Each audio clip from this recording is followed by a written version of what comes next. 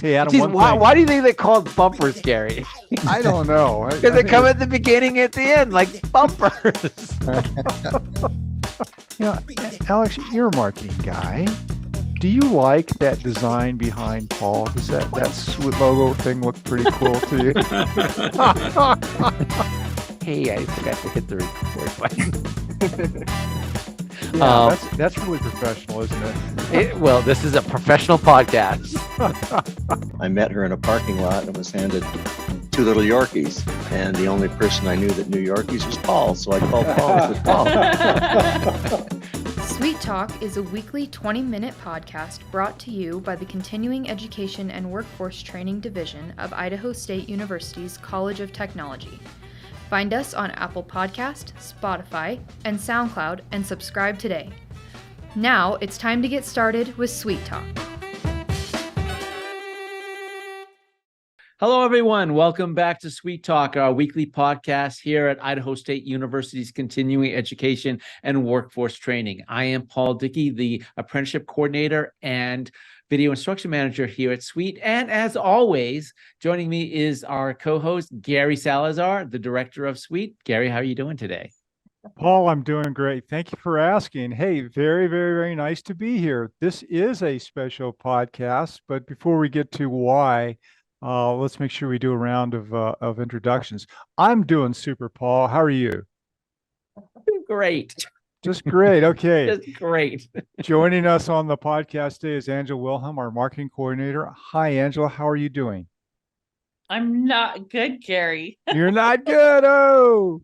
And also with us is RaeLyn Price. For those of you who aren't aware, RaeLyn Price is the incoming Director for Continuing Ed and Workforce Training. She'll be following up behind me, and that's why this is a very special podcast. It's my last one with all of you, and we wanted to have an opportunity to close things out. So welcome, RaeLyn. I'm glad you're here. How are you doing? Thank you, Gary. I'm doing okay. All right. Okay. It's a lot, but it's good. Paul, this podcast is kind of the same vein as what we've done in the past. The podcast, for those of you who don't know, was started a number of years ago by Paul and Jason Batalden, who at the time was our Assistant Director for Continuing Education and Workforce Training. And I remember how those things started out. We were experimenting. We were in a different location. We were trying to make this thing work, and with all sorts of great aspirations of where it would go. And I look back at it and go, look at where we are now and what's happening in this thing. But the most startling number I ever heard out of that came out of Jason's mouth. You and Jason we're talking about we've only got 12 people who are watching our podcast. I go, yeah, but isn't that how many people Jesus had was started with 12, and look where it is now. Hey, Angela, Yes. How many people do we have watching our podcast So I now? was just about to look that up. I can tell you that More than that.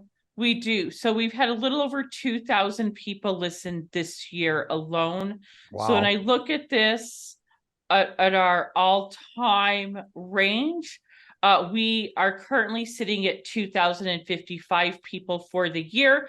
And in comparison, in all of 2019, which was, I think, right around when the podcast started, there were only 430 plays. So we've gained significantly. Our top year was 2021 with 2,346 plays. So I do expect that since we do have a few months left, hopefully we will beat that. If we just look at our last 7 days, it's doing well as well. Yeah. Hey, it's going the right direction. I'm always surprised when I find out, well, people are actually listening to us. They do. So- It's very strange why they are all listening. So Gary, you're leaving us and you're going on to, I'm not going to say bigger and better things. I'm not going to give you that. But you are leaving us for another opportunity. Yes. Yes, I am. Yes. Yeah. Could you tell us where you're going and what you'll be doing? Sure. But let me clarify first. The reason that started all this departure in the discussion was it was based on family and the ability to connect with other family. I'm going to Colorado because I was able to get a job at Colorado State University in Pueblo. or I'll be the associate dean at the extension division there. So that's where I'm going, and that's why I'm going. And it does bring us closer, my family closer to the family that's there. So we're really excited about that possibility. Though, it's really sad to leave the great family that we have here and how things all got started. But to answer your question, that's the where and that's the why. Okay, so I have something to say. Obviously, as my intro, I'm like, I'm not doing well.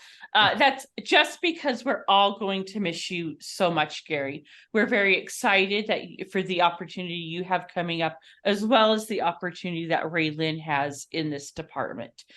For those of you who aren't familiar with RaeLyn, she was previously over our health program, so she's transitioning from those health programs to the interim director of this department. So we're very excited for you, Gary. Can you tell us a little about what your position will entail going forward into the University of Colorado? I'm not how it's 100% different. sure. Well, or how you can say we've had some discussions in here about what we offer that may be relevant to there. Yeah, I don't know everything, but it's an exciting opportunity, and that involves working with community, very much like we do here. We're going to try to introduce potential students to new areas within that university, programs and courses that they can take. It's an adult education audience. It's also an online audience, although I think there's opportunity to do other things and maybe even do some work with the different colleges and the deans there. So a tremendous amount of similarities with what we do here. And that means that this experience that I've had here with all of you for the last 7 years should translate very nicely to supporting what's going on there. And like everywhere else, they want to see increases in students coming into their university. They want to make sure that they're dealing correctly with those students and giving them the support that they need. Very, very similar to the work that goes on here. This place has been fantastic. Everything from Paul for the apprenticeship programs that you had. And when I got here, I remember they were all on ground, but you've had a fantastic transition, and you've moved it to a hybrid and online component, which has really opened up the number of participants. I mean, what a cool direction for you to take. And then RaeLyn over in the health side, what you've done there has been just an incredible body of work. Yeah, also involving going out to Shoshone-Bannock Tribe and working with their high school and getting programs out there. You've been doing things throughout our region. You've also been on state boards, so really cool direction for us to go. And then we've been so fortunate, Angela, having you come on board and helping Shirley with the catalog, but then all that other experience that you bring, including catalog, but with social media, marketing, it has really made a difference here. All those different components, except Paul, maybe for apprenticeships, I think are going to be available there at CSU and Pueblo. So I'm looking to bring what we have experienced here together and all the successes that you have been able to bring. And I'm going to bring that experience down there and see if we can help shape some of those things in the direction that they want to go. It's a really cool thing, I think, in many ways. There's a bittersweet element to leaving, but there's also there's new areas that I can share what we have developed and been successful with here and help that grow in that other university. I think as universities go, all of them want to continue to grow with shared experience, with new faculty, new staff, bringing in what they know and helping them continue to be successful or overcome the challenges that they have. It's very similar to what we do, what we experience here. Long answer to a short question, but really important to say that it's amazing to look back at what we have accomplished here together and how we reached out to community and involved the university and our College of Technology and been able to do so much. And that's just going to be a rich background for me to tap into. Good question, though. Well, Gary, I don't think Colorado State has any idea that they hit the jackpot. Yeah. We have been so blessed here for what you have built with the continuing education workforce training here and the involvement that you've brought from the community and the university. And they're just in for a treat. So I wish that I could convey that to them as well. But you're going to be missed here. Well, thank you very much, Leadership RaeLyn. and mentorship has been outstanding, and we will miss that. Well, the good news for all of you is this team is so self-sufficient, and RaeLyn, you're walking in with a ton of experience already, and you kind of know so much about different people who work here that I am not worried about that at all. I mean, challenges come up every day, don't they, Paul? Like this morning. Yes. Yeah. You So know, just deal with them.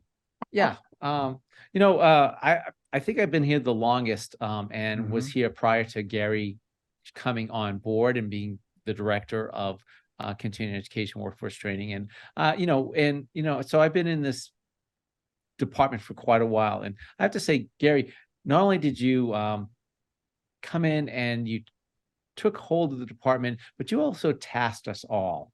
I remember one evening, like at the start of my apprenticeship program, I was working late because I always work late that one evening, oversee everything. And you sat across my desk and you looked at me and you asked me, what do you do to help your students succeed? I asked you that, right? Yes, you asked me that. You asked, what do you do to help your students succeed? And at the time, I'm like looking across me, you're going, I don't know what you're talking about. Because my thinking at the time was these are grown men in a program. We're providing the education. They should know what their responsibilities are. And I think I even got a little snippy with you that evening going, no, that's not my job. I'm here. And over time, we had many discussions and made many decisions on how to help our apprentices, my students, succeed. And it has caused me to make changes in my attitude and my processes. When you came on board, I think our pass rate was a little over 70% on the apprenticeship program. And because of that one question, and of course, lots of follow-ups, our pass rate on the apprenticeship program right now is 87%. Yeah, great direction. Wow. But it took you to push me. And I think we're all in agreement that, the greatest thing is you have this ability to push without seeming like you're pushing. Without overwhelming, right? Without overwhelming. That's all the dumb questions I'm asking you all the time. That's what it is. Oh yeah.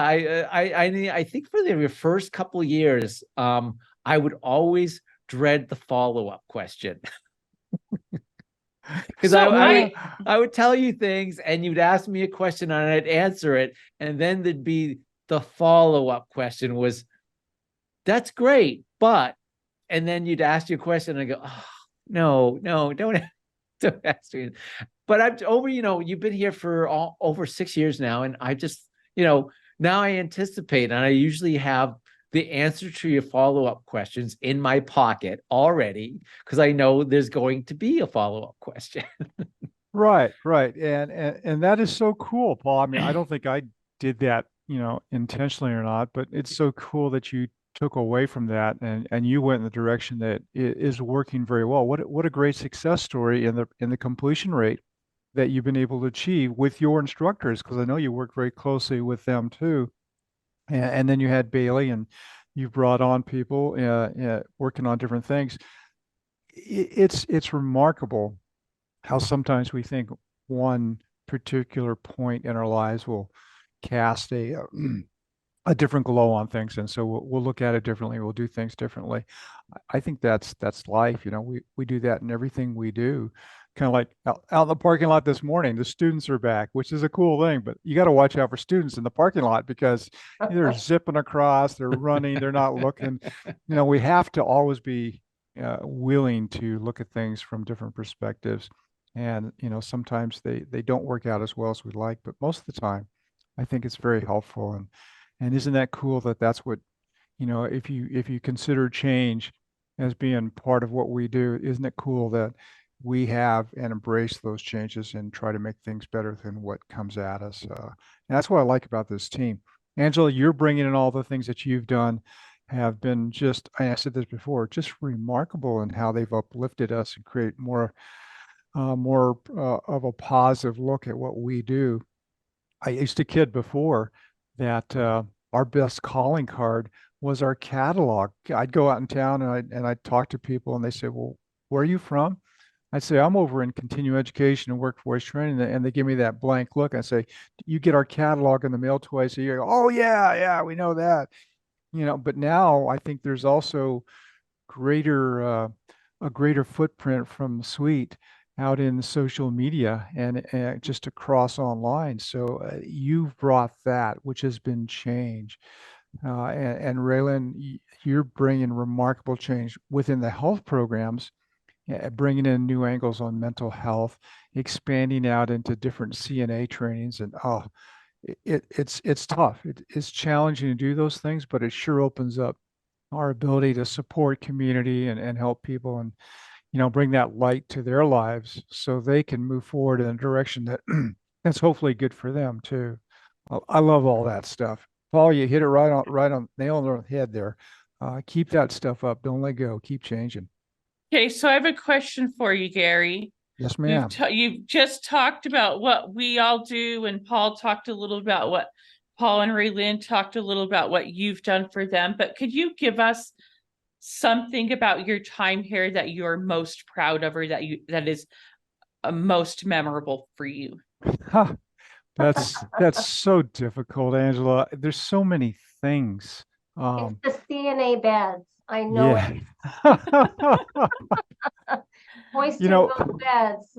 It's moving the hospital beds around, it's getting those out into the community. It's our big couch that's in the stock room where we used to hold our department meetings in the food stock room in the tech cafe. It's oh my gosh, we have to move out of this building, which is the old block building out over across from City Hall. And now we're coming back to on campus and we're moving into a space that's like 5 times smaller and we're all squeezing in. But yet we were able to make that work. And then being able to move across to our new digs. And then we get the opportunity to expand our health programs downstairs onto B1. That's the basement level, first floor down. It's all of those things that were involving change and involving the people, our programs. It's trying new things. And I mean, the insurance training program that Scott and his guys are trying to put on, that's an awesome effort with change and working with Bettina and animation. And Paul, you've been adding to that. All of those things are just wonderful initiatives that we took on, and maybe they didn't quite work out as perfectly as we wanted them to, but they worked out. Those are the moments I remember a lot of. This is an incredible amount of work, but look what we just were able to get through, and I like that stuff a lot. It just shows the willingness of people to work together to achieve a goal, whether we state specifically, this is the goal, or it's an enrollment number or what, it's just that working together and overcoming what we see are the challenges and still making it through. Holy cow, RaeLyn, I remember with that health programs, the grant that you had and working with all the mental health training, and then they got a wrinkle thrown at us saying, hey, we're going to have to lose some of that money, and how you work so hard to capture those things. I mean, that was a huge effort working with the tribe on getting those 2 programs, CNA and dental assisting out. There was a huge effort. And now it's going. It's going to keep on growing. And Paul's apprenticeship programs, and Paul's doing all this other training stuff on the side. People know Paul's got this video capability. Aaron has just done fantastic work with our registration system so that now we can work with community and our colleges on programs. And bring that community closer to their programs, get them some revenue shared that way. That's awesome stuff. Those are the moments that I remember most. And I look back at it and go, wow, that was kind of tough, but look what happened. Angela, it's a great question, but I think that happens for me everywhere I go. I look back and go, whoa, that was pretty cool. Look what we were able to achieve. And we keep moving forward. It never stops. It's good stuff. It shouldn't stop. I think one of the greatest strengths that we have had in CEWT is our flexibility and Yeah. the ability to be dynamic Yep. in the delivery of our classes. And I look at our time during COVID and everything that Paul was able to do to get his programs online, the health programs online. And I'm not going to say it was totally seamless, but almost, you know what I mean? It just kind of moved that direction. And a lot of that was because of the leadership that we had in helping to kind of push us forward in knowing that we have the ability to do that. You're holding your phone up. Yes, I am. No. Can you guys hear it? We just zipped right through our 20-minute time. All right. Oh, that was cool. Yeah, but hey, RaeLyn, I think you're right. I think it echoes what we all see here is that it's opportunity. It's working on the opportunity, driving it forward. Sometimes we don't know what we're going to do. We have to ask a lot of questions. We'll run around for a second or two going, hey, how do we do this? But then we figure it out. And the flexibility piece is incredible for a university to have an institution like CEWT to be able to do the things that we do. I mean, we can be useful in so many ways. And I know the College of Technology with our new dean, Jerry at the helm is going to help take advantage of some of that too. So you guys are in good hands. Paul, Angela, RaeLyn, we are at the end of our time. And I would like to say, if you need to reach me, I'm not going to be here next time. Please reach out to Paul or Angela or RaeLyn. RaeLyn's going to have the rudder and ask your questions. And if you're out there looking for, hey, how do I accomplish this or where can I go for that? Do reach out and let us know because that's what we're here for. Time to wrap it up, Paul. Yeah. So Gary, every week I kind of joke and say, hey, I can't do this without you. And, for the last 6 years, really, that's kind of been like for everything. I might not always go and say, hey, how do you do this? But your support, just being there and knowing that you were, this rock that, no matter what happened, you were always steady, always calm. You never let anything fluster you. And we could draw strength from that. And that's when I say, I can't do this without you. And, I'm already starting to wonder, can I do this without you? Yeah, of course you can. You got plenty of help around here. You're going to be missed. You're going to be missed. Thank you very much. I'll miss all of you too. And we so appreciate everything you've done, not just in our work lives, but in our personal lives, because you were there not only as our boss, but our friend. And you're going to be greatly missed here. Well, thank you very much. So that's very nice, Paul. Thank you all very much for inviting me to this last podcast. And last word, you all be safe out there.